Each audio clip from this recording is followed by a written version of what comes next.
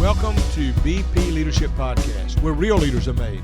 I'm your host, Bill Purvis, and today's episode is going to be our fourth and final in our series of the conversation with Bill and Dawn Tooney. Both of them are Columbus police officers, and we've been in this series along the line of Back the Blue, learning more about them. We're going to talk to you today about some of the things like Dawn's experience and stories as a hostage negotiator, what she looks for, what you have to do, and how you try to take a situation down.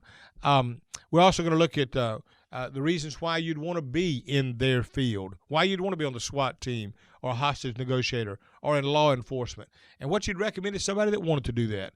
And then we're going to end with a story about the two of them on a wild chase after the very same guy. So there's a lot of good stuff today that we're going to enjoy. I hope that you're ready for it. Let's get started. Now, when you did negotiation, like hostage negotiation, what is? I know the objective is to make sure everybody gets out safe. Yes, sir. But what are the kind of the things you have to do to establish that connection to get them to take it off of the intensity and bring it back to reality? You establish communication like we're doing right here. Right. Talk to them. Let them know that you're here. Not to put them in handcuffs, you're here to talk to them, to figure out what is going on with them and try to help them. Yeah. And by helping them, it brings them down and it calms the situation down enough to where whatever needs to happen happens. Yeah. Communication, and that's the hardest, because if you're there and you're trying to talk to somebody and they're not saying a word back to you, Yeah, I can see. Yeah, you know, it's a standstill. Off. That's right. Yeah, they've done chosen not to go any further. And that's the hardest part. There was a guy years ago. Y'all may know Lowell Armstrong. He was a policeman. That's probably 35 years ago. First funeral I did when I became pastor was his. I ate with him on a Wednesday night. He died like on Friday. Wow. He'd been healthy, but he'd been a policeman, and he'd been pretty high up. I think a captain or something like that. But I think he did some negotiation, and the way it came out was. There was a time, and I only knew him like 6 months before he passed away, but I was frustrated because when I first came to church, there was a couple of disgruntled people, and they just kept fires going. Right. And so one night, in a meeting or whatever, I just told him what I thought. I was young. Yeah. And when I got through, he walked up to me, and I said, "Oh no, he's a big guy." And I said, "I'm probably in trouble." He put his arm around me. He said, "Been a rough day, ain't it, Bill?" And that's when I realized he's a negotiator. Yeah. He never attacked me. He just had been a rough day. Yeah. And I remember thinking how my walls came down as soon as he did that, because it was like he got on my side. Yeah. And then later when I heard he did negotiation, I could see that. Yeah. So that'd be the key. She's good at it. Uh-huh. She's real good at it. I'm not. Y'all come on out, or we come in to get you. I would think that'd work, though. Yeah. I would think Dawn, because she's firm but loving, and being a female, I think that would give you an advantage. I think you would have if you were highly upset and you want to have a confrontation, I believe that your voice would be more received. I think they'd say, well, she's talking with rationale, she's talking with care. Easier than a bunch of guys hanging over a car, loading the shotguns. And sometimes it is an advantage. Yeah, that would. Now, has there been any situations like that you've been in that was really tense, but you brought somebody out, they gave up, and nobody was hurt? Yes, sir. I've been in situations like that, and I've also been on the other side of Really? Yeah, and those were extremely hard, because after you've talked to somebody for hours and hours and hours and hours, and then it ends the worst way possible. That would be that. Now, what's the longest negotiation you've been in before? Have been some that lasted many hours like that? 10. Wow. So in 10 hours, 10 hours. Yeah. So 10 hours, everybody has got a standoff. Yeah. Yeah, and that's basically all you've got at that point, and you just pray you at least have communication, because without a little two-way talking right there. Yeah. And on the SWAT side of it, while all this is going on, we're like going, come on, hurry up. This vest is heavy. This equipment is heavy. And, I would think, you're amped up, ready to go, and you're just like, really? Come on, let's go. Everybody's like, you're wanting to get after it, but then that you would realize be a long 10 hours. It is. It would be long. It would seem like when it was over with, like for everybody's sake. Like, okay, because you were mentally engaged the whole time. Yeah. And that'd be tough. That's Now let me ask you this: what would you tell somebody, or would you recommend if somebody said, I just have a passion, I want to be in law enforcement?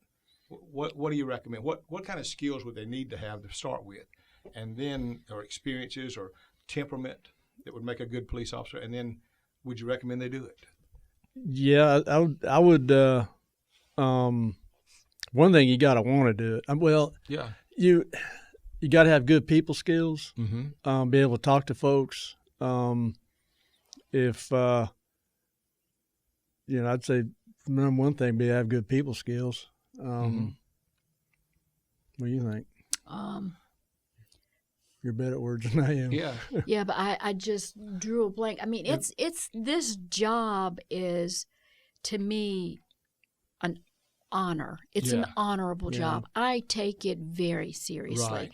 I mean, I don't just do it just to get a paycheck or do it just to have a job. I take it very seriously. You got to want to do it. Yeah. There's no in between, because the ones in between are going to end up getting hurt. Yeah. So if you want something and believe in something so much, you're going to hone your craft. Right. Yeah. You know? Yeah. So if you're going to do it, you need to have obviously some good judgment and quick assessment. Common sense. Common sense. That goes a long way. Skills. Right. And, the one thing is our department, we got excellent training program. It lasts, oh, man, how long is it? 6 months? From start to finish. Time. The academy, it's an excellent training program. And you can, some folks, sometimes they get in there and they realize, ooh, this ain't for me. Yeah, and that's the time to do is when you're going through training. When you get out on the street with your FTO, 1 or 2 days, we've had folks first day come back in and say, "This just ain't for me." Really? Even after they've gone through the training. Though. You got to feel good for that because they knew their limitations. You can't talk bad about them because not everybody can do this job. That's right. Some folks, don't really want to do it, but they do it just it's a paycheck. Right. But there ain't too many of them out there like that, but you really gotta want to do this job. Yeah, I would think it'd be better for them if they know that's not what they're supposed to do. Yeah. And it'd be better for their team. Exactly. Yeah. Being, like I said earlier, a brotherhood. I mean, it's it's a brotherhood. Yeah. I mean, you lose one cop, you just lost your brother, lost your sister. Regardless if it's with our department or any other department that's out there, you feel it. That's what I love about it. Honestly, when I see or hear of a police that has lost his life in a line of duty or something, and then all across the nation, there are people in the same field grieving, and I think then that's the family part that connects you. And when I first got down there, I was on the honor guard, and it seems like it was weekly. I'd say about every 2 weeks we were going to go to Atlanta for a funeral, or up in Atlanta, Alabama, someplace close. But I'm thinking, man, it's getting ridiculous. Yeah, always going to police funeral, and it's it'll get to you. It does. Yeah, and it's so senseless to me especially when it's random. And I may understand if they pull up and there's a bank robbery and there's a shootout or something like that. But when it's just senseless, when somebody pulls over a traffic ticket, or you go up to a house to stop a domestic violence, and all of a sudden it turns to that, and an officer loses their life, and that to me is the part that's most senseless. It is. Yeah, it's tough. Yeah. If I had to define what being a police officer is to me, I would say it was honor, it was courage, integrity, perseverance, and self-control. That to me is a police officer. Yeah. And that's what I would think of if I think of a good police officer. I really do. That would be there are many of them that you may not know. I speak for, I think, a lot of people, but I feel safe because of policemen. My oldest son and I, a while back, we were going somewhere and he saw a policeman outside this door, and they had a guard. It was like a jewelry store thing. So he said, "Dad, I don't know if I want to go in there. They got this big cop sitting out there with all that stuff on it." I said, "No, that's the one you want to go in." Exactly. He's trying to protect anything that goes wrong. He said, "You don't want to go in one where they're not there." Yeah. And so they, I feel, and I think the biggest thing is y'all are the most underappreciated profession.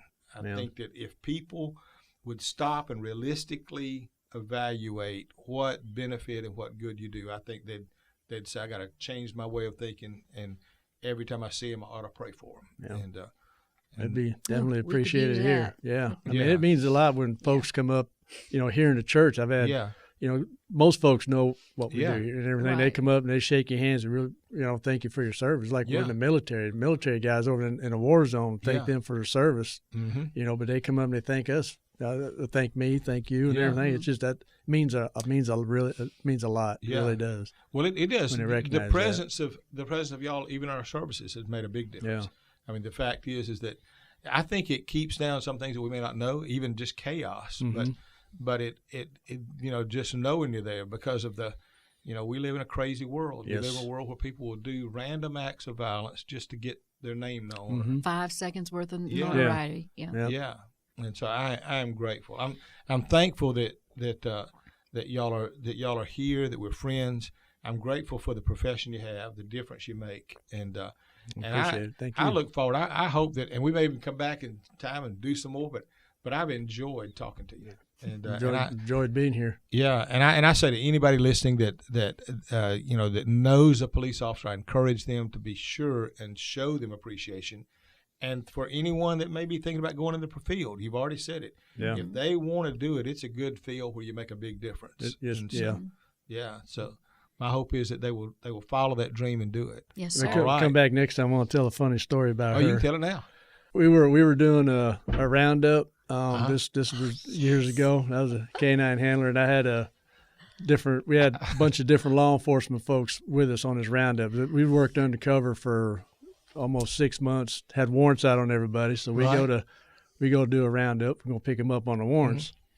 Went to a certain apartment complex. Old boy wasn't there, so we picked the other folks up. We come back, and I told the officers with me, I said, if I get to running, I'm just pull my keys out of the ignition, throw them on the floorboard. You get in my truck, and you follow me or whatever. I had about 4 or 5 other cars there with us. Well, she was in her marked unit, and I pulled up to the front, and they were going to come around and cover the back. Right. I pulled around the front. Well, they knew my car. Old boy takes off through the house. Well, I bail out, and I take off through the house after him. Right.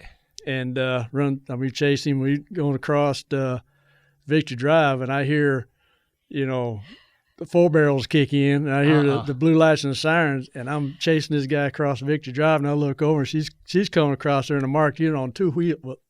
On 2 wheels. No. And I'm thinking, man, I said, this is going to leave a mark if she hits me. Old boy, I was closed in on old boy. Wow. So she actually drove between us and got up to, I can't remember what road it was on, but got up and just cut him off, and old boy slammed in the side of the car. She jumps out, and I see her jump over the hood of her car. Next thing and get him cuffed. She picks him up, and the folks in the store are all, hey. Yeah. How about that? He ran into my car, though. He ran into your car. Yeah, but that's one of those good arrests. It was. You should have had that one on video. That was so much fun. And he's running up Victory Drive in blue jeans and cowboy boots and was on that man's heels. In cowboy boots. Sprint.